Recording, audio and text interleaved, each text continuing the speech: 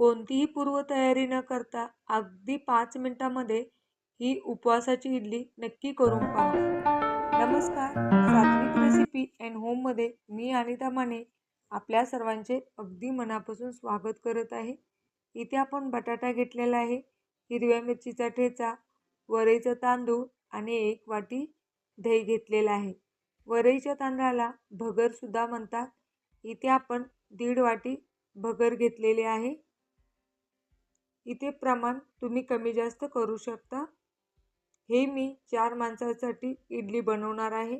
यामध्ये high protein म्हणून आपण इथे बदाम वापरलेले आहे. तुम्ही शेंगदाणे सुद्धा वापरू शकता, कारण दिवसभर पोट आपल्याला भरल्यासारखे वाटते आणि थकवा जाणवत नाही. बारीक वाटून घेतलेले मिक्सरला वरईचं तांदूळ या बाउलमध्ये काढायचं आहे. त्यामध्ये 1 वाटी फ्रेश दही टाकायचं आहे. अगदी झटपट ही इडली बनते, इन्स्टंट इडली. कोणतीही इथे पूर्वतयारी करायची गरज नाही. इथे आपण फक्त हिरवी मिरची मिक्सरला बारीक वाटून घेतलेली आहे. इथे मी शिजलेला बटाटा घेतलेला आहे. तुम्ही कच्चा बटाटा बारीक कट करून मिक्सरला फिरवून त्याची पेस्ट सुद्धा करून यामध्ये मिक्स करू शकता, पण माझ्याकडे शिजलेला होता म्हणून मी वापरलेला आहे. 1 चमचा यामध्ये बारीक साखर टाकायची आहे, पिठी साखर. इथे तुम्हाला हवे असल्यास तुम्ही यामध्ये लिंबूचा रस सुद्धा मिक्स करू शकता. आता यामध्ये पाणी टाकून याचा गोळा बनणार नाही याची काळजी घेऊन आपल्याला हे चांगलं मिक्स करायचं आहे. हे पहा, या पद्धतीने हे आपलं बॅटर बनलेलं आहे. आता याचा एक वेगळाच सुगंध येत आहे. यामध्ये सैंधव मीठ टाकायचं आहे. जे उपवासाला खातो ते. तुम्ही इथे साधं मीठ टाकलं तरी सुद्धा चालेल. आता हे आपल्याला चांगलं मिक्स करून घ्यायचं आहे.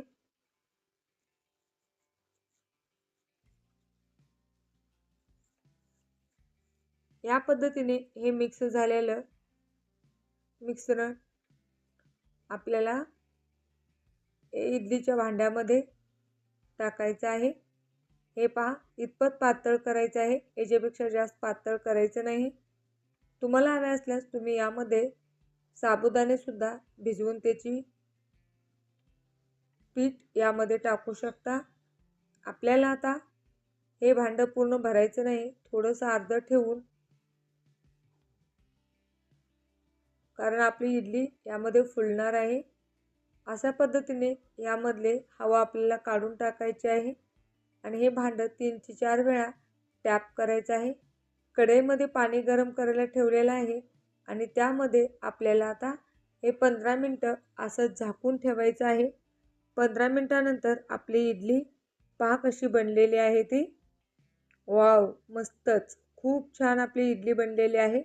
आता हे थंड झाल्यानंतर आपण ही इडली काढून घेऊया. तोपर्यंत अगदी 2 मिनिटात उपवासाची चटणी सुद्धा आपल्याला आता बनवून घ्यायची आहे. या पद्धतीने चाकूच्या सहाय्याने आपण ही आता इडली काढून घेऊया. बघा, अगदी मऊ लुसलुशीत जाळीदार ही इडली आपली बनलेली आहे. चव पण खूप छान झालेली आहे. ही अशीही खाऊ शकतो, कारण यामध्ये आपण चटणी टाकलेली आहे. आता इथे आपण ओलं खोबरं, कोथिंबीर, हिरवी मिरची, लिंबू, अद्रक घेतलेले आहे. हे सर्व आता आपण मिक्सरला बारीक वाटून घेणार आहोत. ह्याला फोडणी द्यायची गरज नाही, अशी ही कच्ची चटणी खूप छान लागते. तुम्हालाही फराळाची इडली किंवा उपवासाची वरईच्या तांदळाची इडली ही रेसिपी कशी वाटली मला कमेंट करून नक्की सांगा. रेसिपी आवडल्यास चॅनल लाईक, शेअर, सबस्क्राईब करा.